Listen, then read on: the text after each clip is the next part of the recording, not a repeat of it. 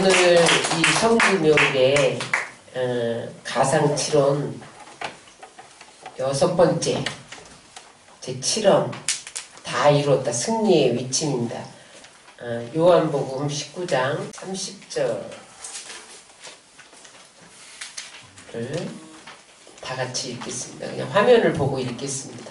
시작. 예수께서 신 포도주를 받으실 위에 이르시되 다 이루었다 하시고 머리를 숙이니 영혼이 떠나가시니라. 예수님이 십자가에서 고통 당하시는 마지막 순간에 다 이루었다 이렇게 말씀하셨는데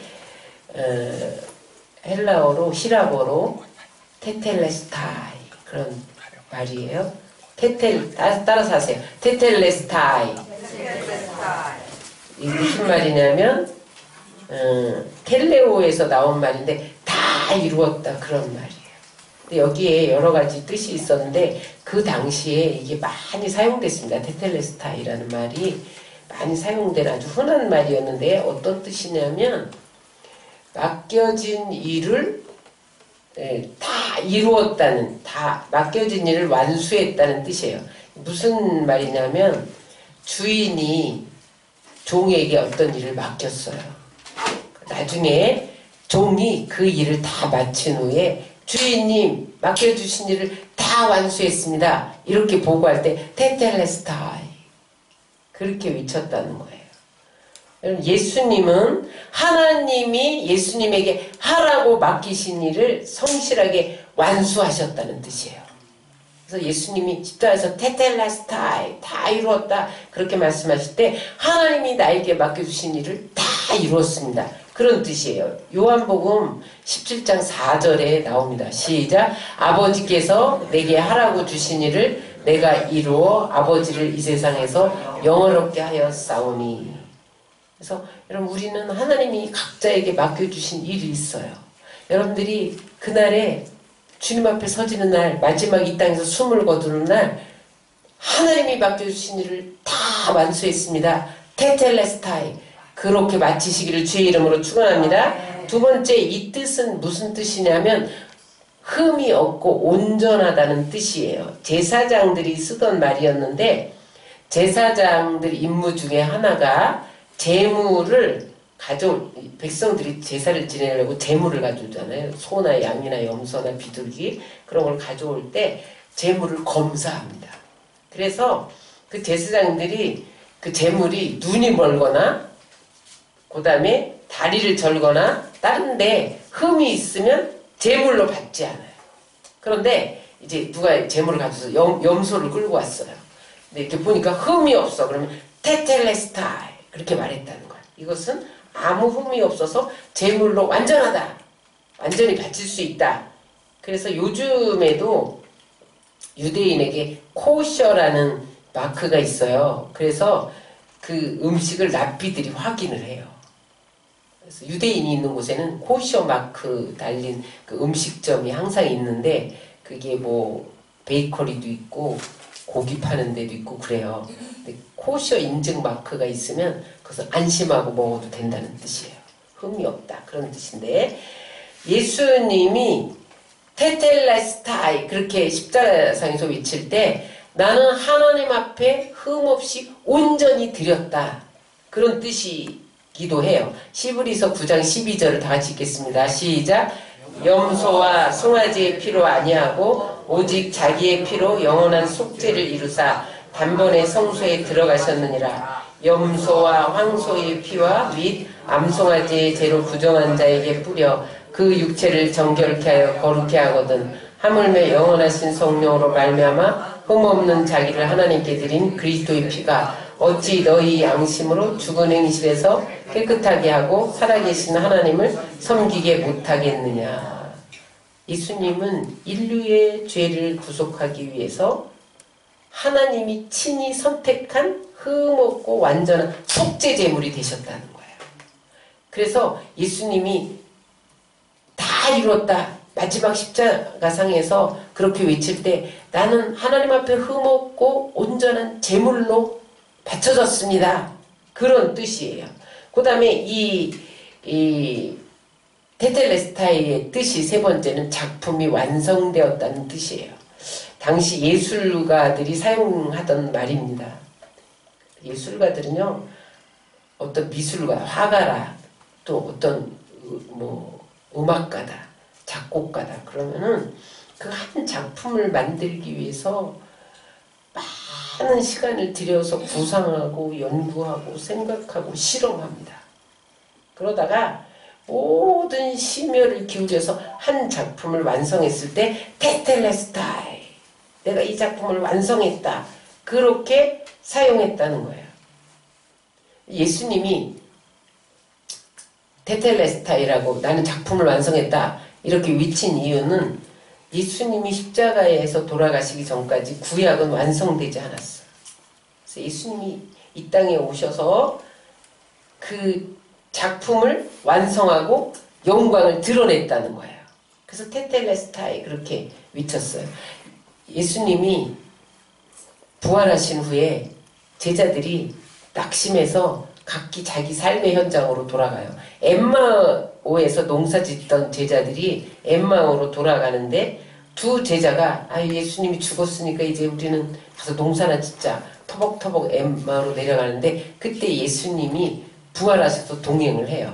근데 누군지 알지 못하는 거예요. 그런데 옆에서 예수님이 저들과 동행하면서 모세부터 시작해서 선지자들의 글에 이르기까지 주님이 오심까지 전체적으로 그 성경을 풀어주니까 그때 저들의 눈이 열려서 옆에 동행하는 예수님이 예수님인 줄 몰랐다가 그때 마음이 뜨거워지면서 눈이 열려서 예수님을 알아보게 됐다는 거예요. 그 얘기가 누가복음 24장 15절 16절에 나옵니다. 다 같이 읽겠습니다. 저희가 서로 이야기하며 문의할 때 예수께서 가까이 이르러 저희와 동행하시나 저희 눈이 가려워져서 그인 줄 알지 못하거늘. 그런데 주님을 알지 못해 성경 전체에 대해서 예수님의 설명을 들으면서 그 눈이 열리면서 복음이 깨달아졌다는 거예요. 그게 31절, 32절에 나옵니다. 시작. 저희 눈이 밝아져 그인 줄 알아보더니 예수는 저희에게 보이지 아니하는지라. 저희가 서로 말하되 길에서 우리에게 말씀하시고 우리에게 성경을 풀어주실 때 우리 속에서 마음이 뜨겁지 않았더냐. 그래서 예수 그리스도로 말미암아 하나님의 위대한 구원 작품이 완성되어졌다는 뜻이에요. 그 다음에 또 이 테텔레스타이는 마지막으로 어떤 뜻이냐, 돈을 모두 지불했다, 그런 뜻이 있어요. 상인들이 쓰던 말인데 어떤 사람에게 물건을 샀어요. 그러면 돈을 다 지불하고 내가 돈을 다 지불했다 테텔레스타이 이렇게 말했다는 거예요. 예수님이 십자가에서 테텔레스타이 그렇게 외칠 때 나는 죄값을 다 지불했다 그렇게 외친 거예요. 여러분, 예수님이 우리의 죄값을 완불하셨기 때문에, 지불을 완료하셨기 때문에 우리가 구원받은 것을 믿으시기 바랍니다. 그래서 다 이뤘다는 것은 우리의 죄값을 지불했다는 거예요. 그래서 예수님을 믿기만 하면 구원을 받는 거죠. 다 이루었다, 그런 뜻입니다. 구체적으로 무엇을 이루셨느냐? 구체적으로 무엇을 이루셨느냐? 예수님의 고통이 다 끝났다는 거예요. 예수님의 일생은 고통을 빼놓고는 설명할 수가 없습니다. 예수님의 생애는 고통으로 점철된 생이었어요. 고난으로 점철된 생이었어요. 보세요. 태어날 때 말구유에서 태어나요. 다른 사람들 다 방에서 태어나잖아요. 말구유를 잠자리로, 그 말구유에 소들이 먹는 지푸라기를 베개로 삼아서 태어났어요. 공생애가 시작되면서 유대인들에게 배척받고 늘 죽음에 처해서 죽음의 위협을 무릅쓰고 그렇게 사역했던 것을 볼 수가 있어요. 그 클라이막스가, 예수님 겪었던 고난의 클라이막스가 십자가인데, 여러분, 십자가에도 보면 예수님이 대제사장 가야바와 헤롯과 빌라도에게 세 사람이 신문을 받잖아요. 그럼 신문 받을 때 얼마나 정신적인 고통이 컸는지 아주 혹사를 당했어요. 제가 이제 감옥에 갔다 온 사람 얘기를 들어보니까 감옥에 가는 게 그렇게 싫어서 막 돈을 많이 들여서라도 백을 써서라도 안 들어가려고 하는 이유가 있대요. 감옥에 들어가서 철문이 쫙 닫히면요 모든 인생이 끝난 것 같대요. 그래서 그 정신적인 고통이라는 거 말할 수 없대요. 갇혔다는 자체보다도 그 외부와의 차단, 나는 여기에 갇혔다는 그 수치감, 그 정신적인 고뇌가 말도 못한대요. 그런데 거기서 또 이제 재판받아야 되잖아요. 법정에 나와서 막 죄인 취급당하고 재판받을 때 그 정신적인 고통이 말도 못한다는 거예요. 그래서 감옥에 안 들어가려고 모든 사람들이 그렇게 막 도피하기도 하고 막 돈을 많이 들여서 빼내기도 하고 그러는 거예요. 안 들어가도록 그러는 거죠. 근데 예수님이 대제사장 가야바와 헤롯과 빌라도의 신문을 받으셨죠. 근데 그리고 정신적인 고통에 혹사당하고 그 다음에 빌라도에게 사형 언도를 받아요. 그때 여러분 얼마나 죽은 거죠. 사형 언도 받을 때 난 이미 끝났다. 그리고 바로 채찍에 맞아요. 예수님은요 그 생애 자체 십자가 올라갈 때까지 올라가서도 고난으로 점철됐죠. 근데 그 채찍이 가죽끈으로 돼 있는데 끝에 납덩이로 이렇게 납덩이가 달리고 고리가 하나 달려요. 그래서 그 채찍을 한번 휘어가면 그 납덩이가 2개나 달려 있는데 무게가 이렇게 그 끝에 무게가 몸을 휘어 감잖아요. 고리가. 그게 새덩이 고리이기도 동물의 뼈이기도 했다는 거예요. 그러면은 맨 처음에 채찍에 맞을 때 멍이 들다가 그 고리가 이렇게 끌어내면서 피부 조직이 찢어져서 그 근육 속에 혈관이 터져나와서 몸 구석구석에 피가 고이다가 나중에는 그냥 다 터져버리는 거죠. 그래서 그 등에 저가 채찍에 맞음으로 너희가 나음을 입었도다. 그렇게 처절한 채찍에 맞았기 때문에 우리의 아픔을 아시고 하나님 고쳐주신다는 거예요. 그리고 나중에는 아주 극심한 빈혈 상태에 빠지게 된다는 거예요. 그 빈혈 상태에서 피를 쏟고 등에서 그러면서 이제 십자가를 지고 가는 거예요. 그 골고다 산장에 세로 십자가는 서 있어요. 그 지금 예수님이 그 가로 십자가를 졌는데 그 무게가 50kg이었다네요. 50kg. 그러니까 우리는 이제 예수님이 골고다 언덕에 올라 성화를 보면 이게 완전 십자가를 이렇게 지고 가잖아요. 근데 세로 십자가는 그 형장에 서 있대요. 이 가로만 지고 가는데 그게 50kg이면 사람 하나의 무게잖아요. 얼마나 무거워요? 그거를 지고 갈 수 없으니까 넘어지고 이미 빈혈 상태가 오고 탈진 상태가 왔는데 그러니까 구레네 시몬을 잡아다가 대신 지었잖아요. 응?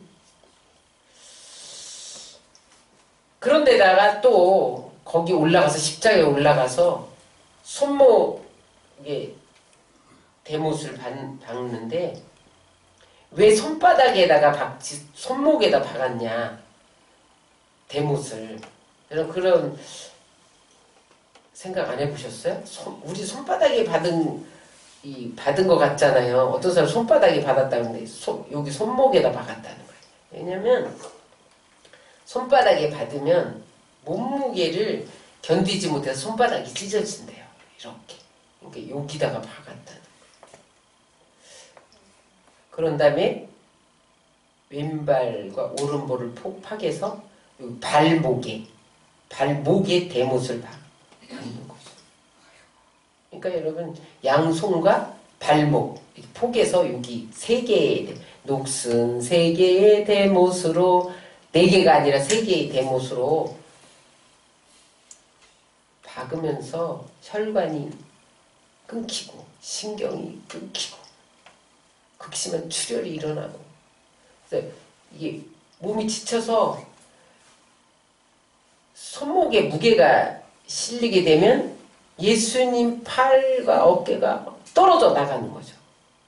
그래서 또 이제 그 고통을 줄이기 위해서 몸을 위로 올리면 이번에는 몸무게 전체가 발에 박혀서 발에 그 아픔이 쏠리고, 이런 엄청난 고통을 피하기 위해서 그 사형당하는 사람들이 빨리 죽여주세요, 빨리 죽여주세요. 그래서 다리를 꺾는다는 거야. 그 고통이 너무 심하니까 그 못 박힌 대로 그 몸의 무게가 이렇게 누르면서 너무너무 고통스러우니까 빨리 죽여주세요 막 외친다는 거예요.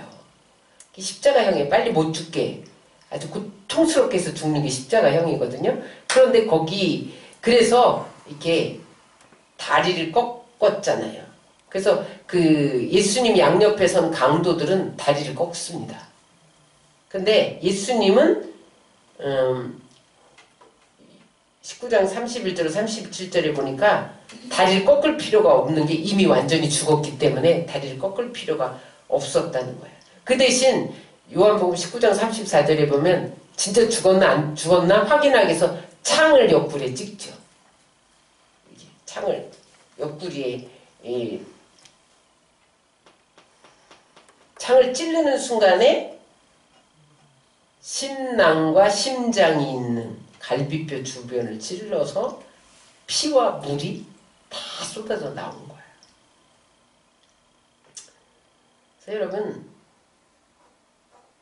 예수님의 생애는 고통의 생애였습니다. 그런데 다 이루었다 그렇게 외치는 순간에 예수님의 고통은 끝난 거예요. 다시 고통당할 이유가 없어요. 그래서 예수님이 하늘나라에서 고통도 없는 그곳에서 영원히 쉰다. 나는 이 생의 모든 고통이 끝났다. 그렇게 외친 거예요. 그래서 여러분, 우리가 예수님이 우리의 고통을 대신 짊어지셨기 때문에 여러분들이 예수 안에 거하면 여러분들의 고난은 장차 다가올 영광과 좋게 비교할 수 없는 부활로 바꿔지는 것을 믿으시기 바랍니다. 그래서 예수님이 고통을 끝냈기 때문에 우리도 그 예수님을 믿으면 우리도 언젠가 이 땅에서 고통을 끝내는 날이 오는 거예요. 부활의 능력으로 살아날 것을 믿으시기 바랍니다. 그리고 두 번째, 무엇이 끝났다는 거냐? 희생제사가 끝났다는 거예요. 희생제사가 끝났다는 건 뭐냐면 예수님이 십자가에서 돌아가시기 전까지 사람이 죄를 지으면 희생제물을 드렸잖아요. 소나 양이나 염소를 죄를 덮어 씌워서 희생제사를 드려요. 그러니까 날마다 소들이, 양들이, 염소가, 비둘기가 우리를 위해서 대신 죽어가는 거예요. 그런데 그건 그냥 예식적인 행사일 뿐이야. 양심을 깨끗하게 못해요.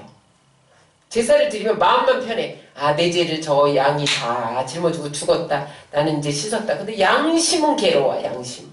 양심을 깨끗하게 할 수 없어. 죄의 근본적인 문제를 해결해 주지 못했다는 거예요. 그런데 예수님이 다 이루었다 하는 순간에 예수님이 희생제물이 단번에 제물이 돼서 다시는 희생제물을 드릴 필요가 없어졌다는 거예요. 그 이야기가 히브리서 9장 25절 26절에 나옵니다. 다 같이 읽겠습니다. 대제사장이 해마다 다른 것의 피로써 성소에 들어가는 것 같이 자주 자기를 드리려고 아니하실지니 그리하면 그가 세상을 창조할 때부터 자주 고난을 받았어야 할 것이로되 이제 자기를 단번에 제사로 드려 죄를 없게 하시려고 세상 끝에 나타나셨느니라.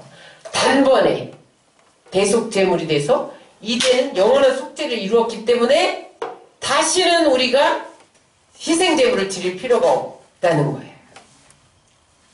어제도 말씀드렸지만 예수님이 십자가에서 다 이루었다 말씀하는 순간에 이 땅의 성소의 회장이 아래에서 위까지 쫙 찢어졌다는 거예요. 제사장들이 너무 놀라가지고 달려가서 다 기었는데 또 한 번 쫙 찢어졌다는 거예요. 무엇을 의미해요? 지금까지 하나님과 우리 사이를 가리고 있던 회장, 막힌 담이 헐어지고 이제는 대제사장만 지성소에 들어가는 것이 아니라 우리가 언제든지 하나님 앞에 나와서 하나님을 아버지라 부르고 기도할 수 있고 우리의 문제를 아뢰 수 있고 하나님이 우리의 기도를 들으시고 그런 지성소에 나갈 수 있게 된 것을 믿으시기 바랍니다. 하나님 보좌 앞에 담대히 나갈 수 있게 됐다는 거예요. 그 이야기가 히브리서 10장 19절로 20절에 나옵니다. 시작! 그러므로 형제들아 우리가 예수의 피를 힘입어 성소에 들어갈 담력을 얻었나니 그 길은 우리를 위하여 휘장 가운데 열어놓으신 새롭고 산 길이요 휘장은 곧 저희 육체니라. 휘장이 부서진 것은 예수님의 육체가 찢어졌다는 거예요. 그래서 우리가 살 길을 얻었다는 거예요. 영원히 천국에 들어가는 새롭고 산 길을 열어놓으셨다는 거예요.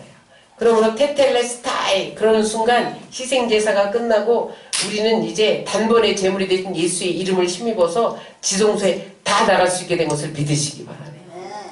그래서 오늘도 우리가 이 성전에 나와서 그냥 하나님 아버지 부르면 성령으로 기름 부어주시고 은혜 주시고 어둠은 떠나가고 질병은 떠나가고 여기서 하나님 새롭게 하시는 역사가 일어나는 거죠.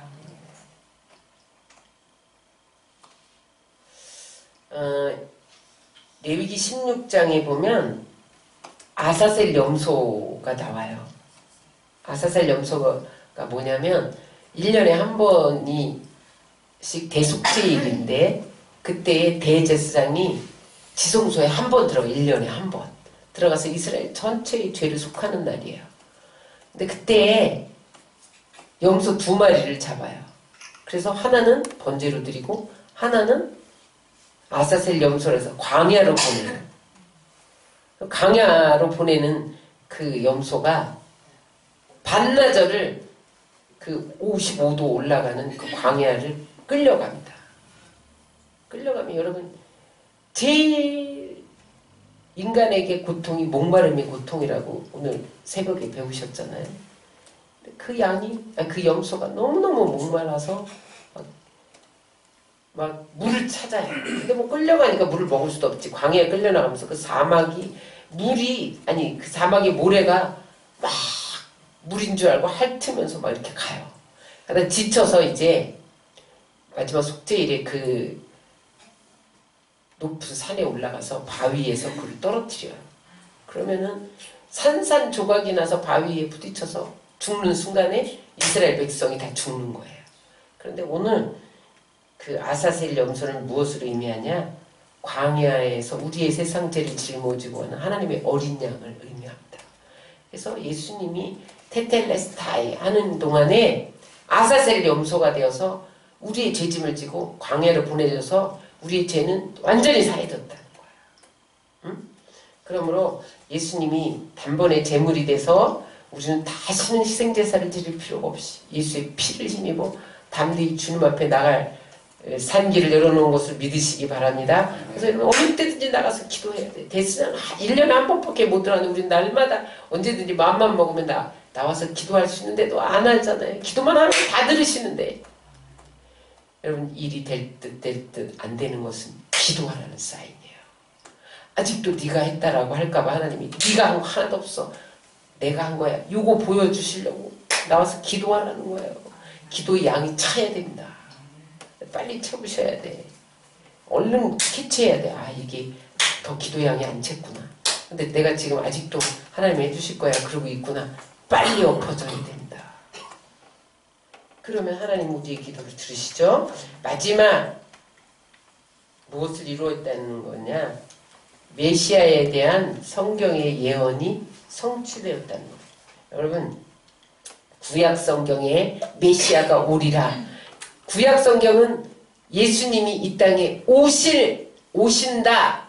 오실 메시아에 대해서 예언한 거예요. 신약 성경은 뭐예요? 오신 메시아. 다시 오실 메시아.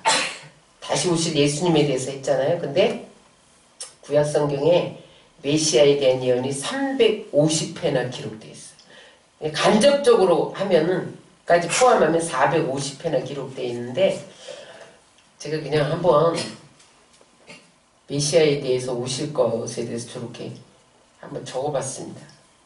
성경에 보면 여자의 후손으로 오실 것이다. 창세기 3장 15절에 예언되어 있어요. 여자의 후손으로 오셨죠? 동정녀에게서 나실 것이 예언되는데 동정녀에게서 났잖아요.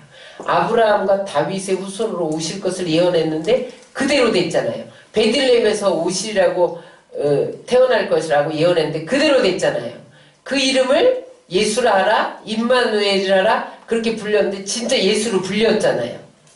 이 예언이 다 성취됐어요. 그 다음에 예수님이 태어난 다음에 호적 명령이 있어서 이제 애굽으로 피난 갈 것이다. 그거 이루어졌잖아요. 근데 예루살렘 입성할 때 어린 나귀를 타고 입성할 거다. 어린 나귀를 타고 입성했잖아요. 그 다음에 가론 유다에서 은 30냥에 팔릴 것이다. 팔렸잖아요. 나무에 달릴 것이다. 범죄자 중에 하나로 간주될 것이다. 그 다음에 마지막에 용서의 기도를 드릴 것이고 하나님에게도 버림받아서 엘리 엘리 라마 사박단이라고 10장에서 부르짖을 것이다. 마지막 목마르다. 그래서 그 목을 가라게 하시기 위해서 초를 마시게 될 거다. 신포도주를 아침에 우리 배웠어요. 그리고 군병들이 그 로마 군인들이 옷을 제비 뽑을 것이다. 그 다음에 아리마대 요셉 부자의 무덤에 장사 지낼 거다. 부활하고 승천할 것이다. 뭐만 안 이루어졌어요? 재림만 안 이루어졌어요. 여러분 하나님의 모든 약속은 반드시 성취됩니다. 재림만 안 남았죠. 재림이 지금 우리 재림 바로 직전에 사는 거예요. 다 이루어졌잖아요. 이제 재림만 남았어요. 여러분 재림이 내일 모레일지 내일일지 몰라요. 이런 시점에 살고 있는데 깨어 기도해야 된다. 오늘 테텔레스타이는 모든 예언이 성취되었다. 그러면 여러분 우리는 재림도 성취된 것을 믿으셔야 돼요. 또 등불 준비해야 되는데 그게 성령의 기름 준비해요. 등불만 준비한 후에 기름 없으면 등불 밝힐 수 없어 못 들어간단 말이에요. 성령의 기름 준비해야 돼서 늘 하나님 앞에 엎어져야 돼요. 정리합니다. 우리의 삶이 앞으로 어떤 삶이 되어야 되느냐? 테텔레스타이.